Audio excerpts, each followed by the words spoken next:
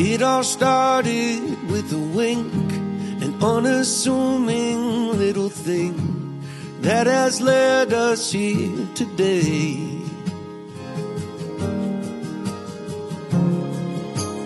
We had both loved and lost, and we'd both been on first dates, but this one was different. And now I say, I saw fireworks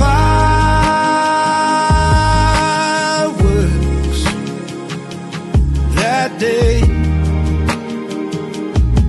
in every way.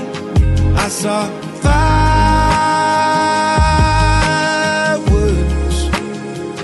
for the second time in 2 days.